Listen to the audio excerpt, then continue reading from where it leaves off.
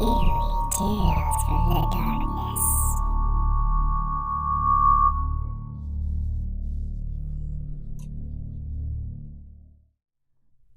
The Math Teacher. When I was in school, our math teacher was a man named Mr. Stigson. He was quite young, and the girls in my class thought he was handsome at first.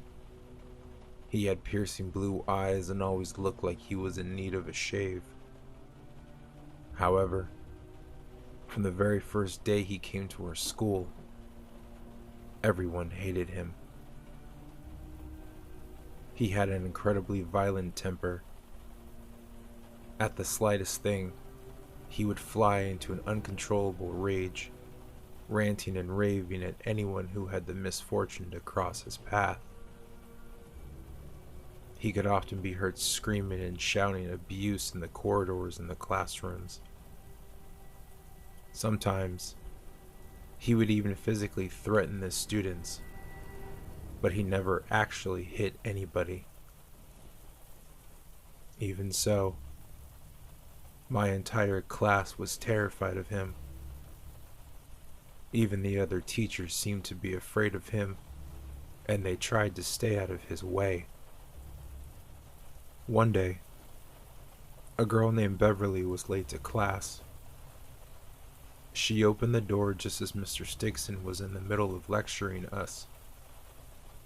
He just snapped and began hurling insults and abuse at her. He got right up in her face and was trying to intimidate her, wagging his finger at her and forcing her to back up against the wall. Beverly was usually a quiet, well-behaved girl, and she didn't deserve the horrible things he was saying about her. He was way too close and invading her personal space. She tried to push him away, but when she put her hands on him, things got much worse. Stigson suddenly drew back and slapped her across the face. We were all completely shocked. Even Beverly couldn't believe what he had just done. She stood there dumbfounded for a few moments, then ran out of the classroom, sobbing and clutching her cheek. Stigson continued teaching, almost as if nothing had happened. The classroom was completely silent. The tension in the room was palpable. You could have heard a pin drop. Nobody wanted to risk setting him off again. We all knew that Mr. Stigson was going to be in big trouble. The next day, Beverly's mother showed up during class and demanded to speak to Mr. Stigson. He went outside to talk in the corridor and closed the door behind him.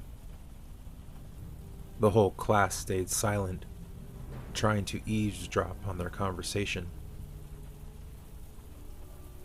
Beverly's mom started screaming at our math teacher, cursing him out and calling him all the names in the book. She said she was going to get him fired for assaulting her daughter. When we peeked out the window, we saw that Stigson was just standing there in front of her, not moving a muscle. There was a furious scowl on his face, but no matter what she said, he didn't react. It was quite unnerving. When Beverly's mother finally stopped shouting, she stormed off, and Stigson came back into the classroom. His face was bright red, and there was a boiling rage in his eyes. Ignoring us, he sat down at his desk and just went through his papers until the bell rang at the end of class. The next morning, when I got to school, I heard the shocking news. When Beverly and her mother had been driving home the day before, they had been involved in an accident Their car crashed into a telephone pole.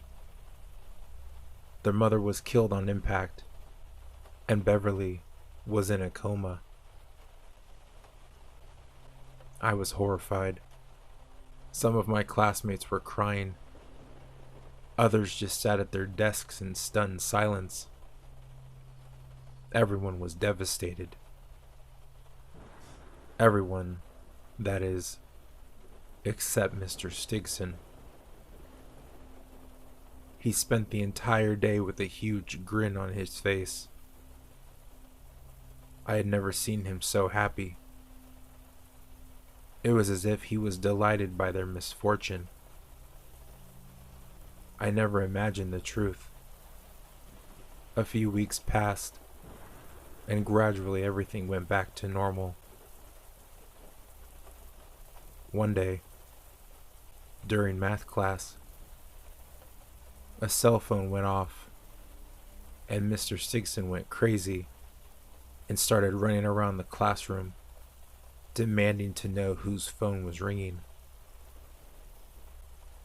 When he eventually found the source of the disturbance, he grabbed a boy named Jared by the throat and pulled him out of his seat. He dug through Jared's pockets until he found the cell phone and confiscated it. After class, when Jared went up to get his phone back, Stigson refused to give it to him. Instead, he locked it in his briefcase. Jared was furious, and as we walked home together, I came up with a plan. The next day, when class was ending, I distracted Mr. Stigson by asking stupid questions about a simple math problem while Jared went through the unattended briefcase and stole his phone back. We thought we had pulled a fast one, but after school, as we were walking home, I got the feeling that we were being followed. I turned around and was shocked to see Mr. Stigson's truck slowly cruising along in the street behind us. He was sitting in the driver's seat, staring at us with his cold, blue eyes. Before I could say anything to Jared, Stigson's truck suddenly stopped dead in the middle of the street.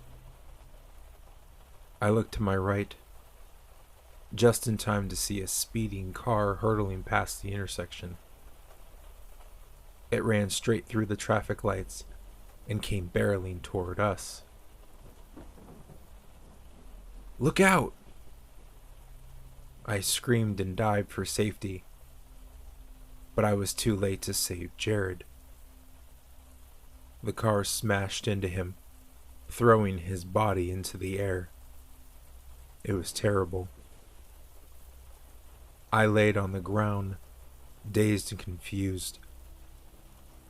When I looked around, I saw Jared's broken and bloodied body lying in the middle of the road. He wasn't moving, and Stigson's car was nowhere to be seen. An ambulance showed up a few minutes later and took Jared to the hospital, but there was nothing the doctors could do for him. An hour later, he had died. It was a few days before I felt well enough to return to school. Witnessing the accident was incredibly traumatic. In math class, Stigson just glared at me, never saying a word. He never mentioned anything about the accident or Jared's death. However, he did have that same sly smile on his face. One evening, I got a call from Beverly, which really surprised me. She was still in the hospital, recovering from her injuries, but she had come out of her coma and was well enough to speak on the phone. She said that she had heard about Jared's accident and asked me if I had been with him when it happened. I told her that I was with him, and then I told her that Stigson had been there as well. "I knew it," she cried. "Just before my mother swerved off the road and hit the telephone pole, I saw something. I looked out the window and saw a truck in the lane next to us. Mr. Stigson was in the driver's seat. The rest is just a blur, but I remember him clearly. He was just staring at us." Basically, she said Stigson had somehow caused the accident. I didn't know what to think. It all sounded so crazy.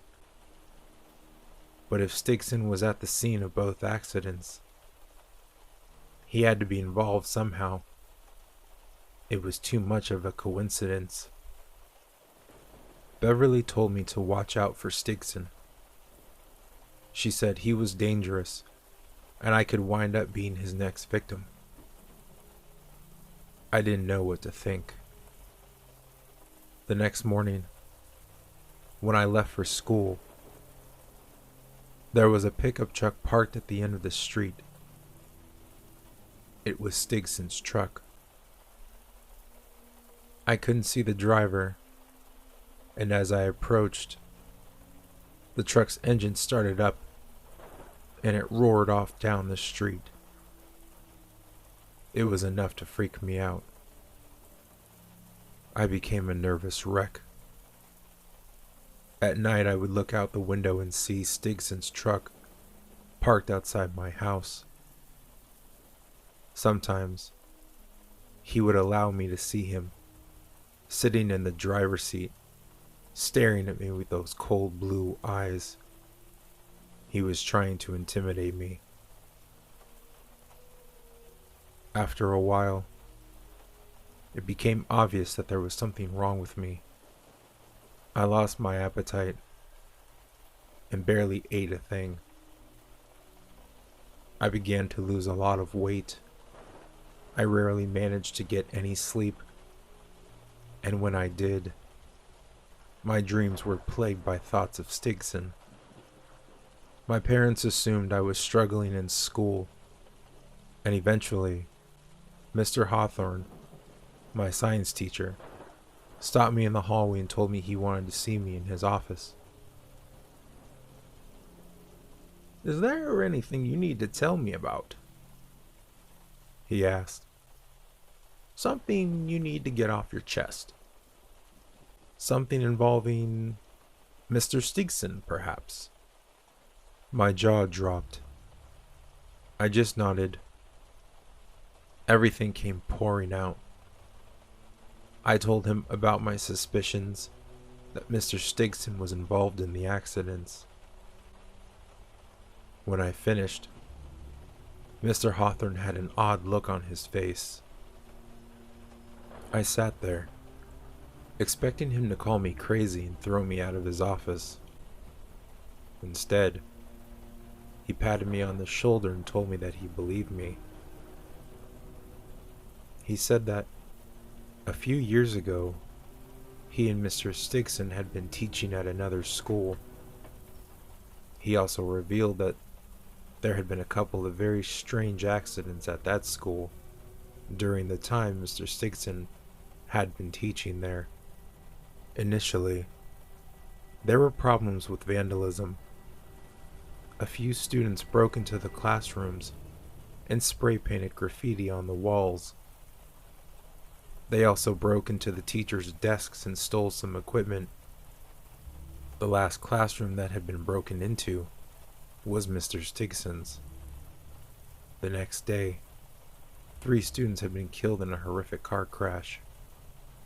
Some of the items that had been stolen from the teachers were found in the trunk of the car, and there was a can of spray paint lying in the back seat.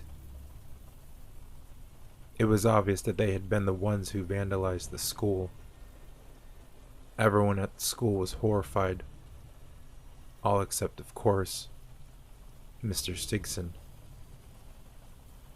Mr. Hawthorne grew suspicious when he saw how happy and pleased Stigson became when he learned about the accident. Sometime later, the school had to let several teachers go.